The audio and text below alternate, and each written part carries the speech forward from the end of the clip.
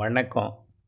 செல்வகுமாரின் அதிகாலை வானிலை ஆய்வறிக்கை. அதிகாரப்பூர்வ வானிலை அறிக்கைக்கு இந்திய வானிலை ஆராய்ச்சித்துறை அறிக்கையை பார்க்கவும்.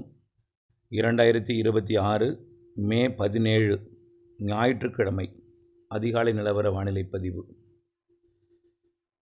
காற்று சுழற்சி தமிழ்நாட்டின் உள் மாவட்ட வளிமண்டல பகுதிகளில் நீடித்து கொண்டிருக்கு. இன்னும் அரபிக்கடலுக்கு முழுமையாக செல்லலை. இது உள் மாவட்ட வளிமண்டலத்தில் நீடிக்கிற காரணத்தினால வெளி சுற்று எங்கெங்கெல்லாம் இருக்கோ அங்கெல்லாம் இருகாற்று இணைவால் மழைப்பொழிவு வலுவாக இருக்கிறது. நேற்றைக்கு அதாவது நள்ளிரவுக்கு பிறகு டெல்டாவின் தெற்கு பகுதியில், குறிப்பாக மன்னார்குடிக்கு தெற்கே அலையாத்தி காட்டு பகுதி வரைக்கும் கனமழை, குறிப்பாக பைங்காட்டூர், வாட்டார் மற்றும் கோட்டூருக்கு தெற்கே அதிராமப்பட்டினம் வரைக்கும், புத்தகரம், சித்தமல்லி, பெருகவாழ்ந்தான் இந்த பகுதியை மையமாக வைத்து மிக கனமழை பொழிவு கொட்டியிருக்கிறது. சித்தமல்லி சுற்று வட்டாரத்தில் வயல்கள் எல்லாம் நிரம்பி குளங்கள் எல்லாம் நிரம்பி விட்டது. அந்த அளவிற்கு மழை. அதாவது சிறிய குளங்கள்லாம் நிரம்பிடுச்சு, வயலோடு இணைந்த குட்டையெல்லாம் நிரம்பிடுச்சு. அங்கிருந்து கிடைக்கக்கூடிய தகவல், இந்த மழைப்பொழிவு திருவாரூர் மாவட்டத்தோட திருத்துறைப்பூண்டி, அப்படியே திருவாரூர் மாவட்டம் நாகப்பட்டினம் மாவட்ட எல்லையோரம் இருக்கக்கூடிய சாட்டியக்குடிக்கு கிழக்கே கீழ்வேலூருக்கு தெற்குப்புறம் வரைக்கும் மழை.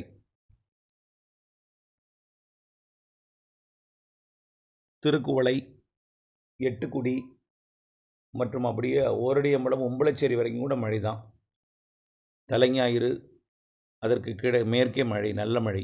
கடலோரம் கிடையாது, தகட்டூர் கிடையாது. தகட்டூருக்கு மேற்கே திருவாரூர் மாவட்ட எல்லையில் எக்கல், பாண்டி, குன்னலூர், மேலமருதூர் இதெல்லாம் கனமழை பொழிந்தது. குறிப்பாக இடையூர், சங்கந்தி, களப்பால், ஆரியலூர் இதன் சுற்றுவட்டாரம் தொடங்கி அதிராமப்பட்டினம் வரைக்கும் மிக கனமழை பொழிவாக இருந்தது. தஞ்சாவூர் மாவட்டம் பரக்கலக்கோட்டை, தம்பிக்கோட்டை, துவரங்குறிச்சி 7 சென்டிமீட்டர் மழை பொழிந்திருக்கு. இன்றைக்கு அதிகாலையில் 7 சென்டிமீட்டர் மழை. 2-3 மணி நேரத்தில் பொழிந்த மழை இது 7 சென்டிமீட்டர். 10 சென்டிமீட்டர் மழை சித்தமல்லி, பெருகவழுந்தான், புத்தகரம், முத்துப்பேட்டைக்கு வடக்கே, திருமக்கோட்டைக்கு தெற்கே இடைப்பட்ட பகுதி.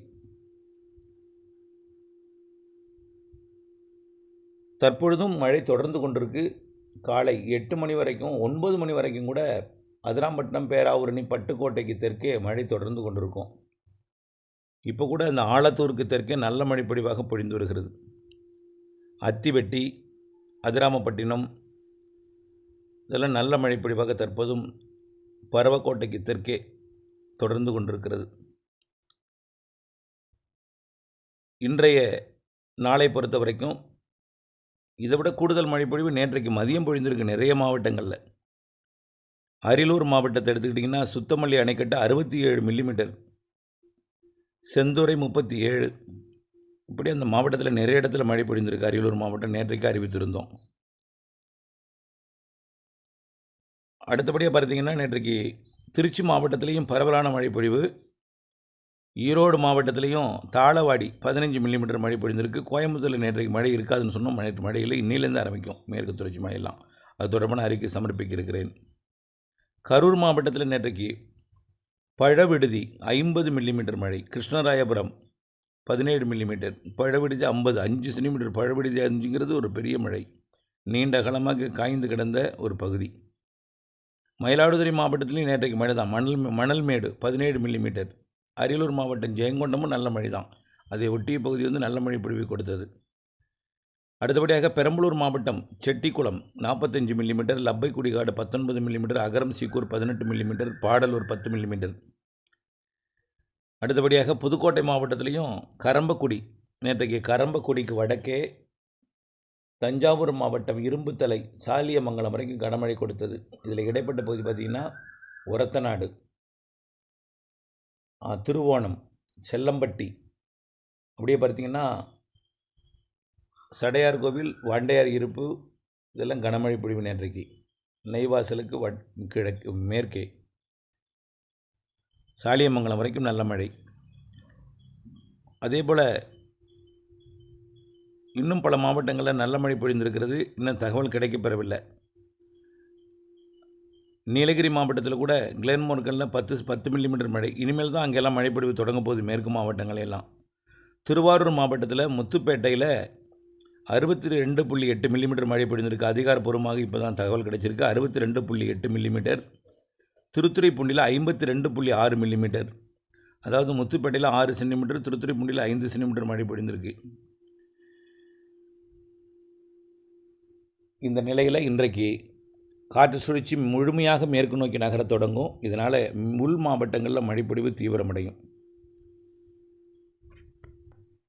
இன்றைக்கு மதியம் கேரளாவில் தொடங்கும் மழை 2 மணி 3 மணிக்கெல்லாம் ஒட்டுமொத்த நீலகிரி முதல் கன்னியாகுமரி வரைக்கும் உள்ள மேற்கு தொடர்ச்சி மலையில் மழை தீவிரமடைந்து பாலக்காட்டு கணவாய்க்கும் மாலையில் மழைப்பொழிவு கொடுக்க வாய்ப்பு இருக்குது. கண்டிப்பாக அப்பாச்சி கொண்டன்பதி மற்றும் தொண்டாமுத்தூர், மருதமலை, மேட்டுப்பாளையம், அப்படியே பில்லூர் அணைக்கட்டு பகுதி, நீலகிரி மாவட்டத்தின் ஒட்டுமொத்த பகுதி, வால்பாறை, அப்புறம் கொடைக்கானல் மலைப்பகுதி, தேனி மாவட்டம் ஏலக்காய் சாகுபடி பகுதி, தேனி மாவட்டத்தின் பரவலாக மதுரை மாவட்டத்தின் பெரும்பாலான பகுதிகள், விருதுநகர் மாவட்டத்தின் பெரும்பாலான பகுதிகள், அதேபோல் தென்காசி, திருநெல்வேலி, கன்னியாகுமரி மாவட்டம், தூத்துக்குடி மாவட்டத்திலும் கூட இன்றைக்கு மழைக்கு வாய்ப்பு பிரகாசமாக இருக்குது.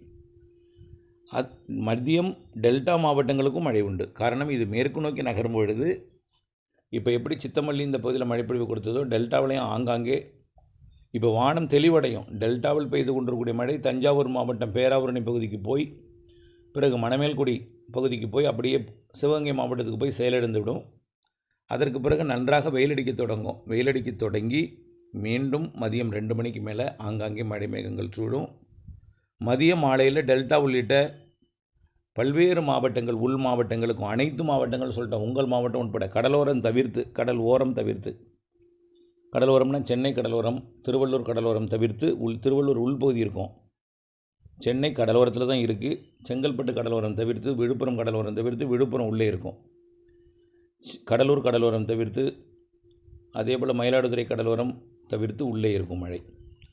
அதாவது ராமநாதபுரம் முதல் திருவள்ளூர் கடலோரம் பழவேற்காடு வரைக்கும் கடலோரம் தவிர்த்து உள்ளே மழைப்பொழிவை கொடுக்கும். இன்றைக்கு மாலையில் மேற்கே போக போக மழையோட அளவு கூடி இருக்கும். மேற்கு தொடர்ச்சி மலை முதலிடத்தை பிடிக்கும். கர்நாடக எல்லையோர மாவட்டங்களுக்கும் நல்ல மழை காத்திருக்கு.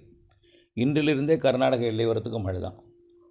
மைசூரு, பெங்களூரு உட்பட கர்நாடகா பகுதி, அதனை தாண்டி தமிழ்நாட்டின் நீலகிரி மாவட்டம், ஈரோடு மாவட்டம், சேலம், மேட்டூர், கொளத்தூர் இந்த பகுதி மற்றும் தருமபுரி மாவட்டத்தோட பெண்ணாகரம் முதல் பாப்பிரெட்டிப்பட்டி, அரூர் உட்பட கிருஷ்ணகிரி மாவட்டத்தோட தேன்கனி கோட்டையிலிருந்து ஊத்தங்கரையும் தாண்டி திருவண்ணாமலை மாவட்டம், திருப்பத்தூர் மாவட்ட எல்லை வரைக்குமே மழை வாய்ப்பு இருக்கிறது, பிரகாசமாக இருக்குது. இப்படி தினசரி மழைப்பொழிவு மதியம் மாலையில் தொடர்ந்து எல்லா நாளையும் இருந்துகிட்டே இருக்கும். இந்த மழைப்பொழிவிற்கான காரணம் காற்று சுழற்சியும் வெப்பசலனமும் இணைந்து பெய்ய போகிறது. தொடர்ந்து வரக்கூடிய 22ஆம் தேதி வரைக்கும், 20ஆம் தேதி வரைக்கும் நல்ல பரவலான மழை இருக்கும். 21 கர்நாடக எல்லையோரம் கொஞ்சம் தீவிரமாக இருக்கும். பிற மாவட்டங்கள் கொஞ்சம் தீவிரம் குறைந்தாலும் 22லிருந்து ஒரு 2 3 நாளைக்கு கொஞ்சம் தீவிரம் குறைவாக இருக்கும். ஆனால் மழை ஆங்காங்கே இருந்து கொண்டு தான் இருக்கும்.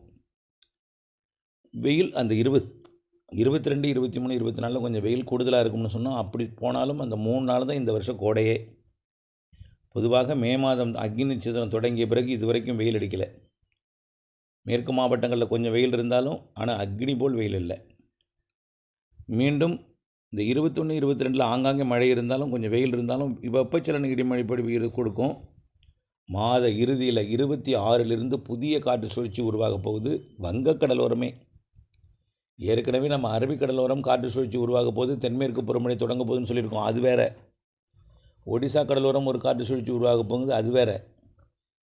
கடந்த சில நாட்களாக தமிழ்நாட்டின் கரையோரம் நீடித்து கொண்டிருந்த ஒரு காற்று சுழற்சி போல இலங்கை அருகே ஒரு காற்று சுழற்சி உருவாகி தமிழ்நாட்டின் கரையோரம் வந்து தென்மேற்கு பருவமழை காலத்தில் தொடங்க போகிற இந்த 28ஆம் தேதி தென்மேற்கு பருவமழை தொடங்க போகிற நாட்களிலே, மாத இறுதி நாட்களிலே 26க்கு மேல் 31 வரை, ஏன் பள்ளி திறந்து ஜூன் 1, 2, 3 நாள்லேயே அந்த காற்று சுழற்சி இங்கேயே நீடித்து கொண்டிருந்து கடலோர மாவட்டங்கள் தொடங்கி மேற்கு தொடர்ச்சி மலை வரைக்கும், ஆக அரபிக் கடலோரம் தொடங்கி வங்கக்கடலோரம் வரைக்கும், குமரி முனை தொடங்கி பழவேற்காடு வரைக்குமே எல்லா மாவட்டங்களுக்கும் மழைப்பொழிவு காத்திருக்கு.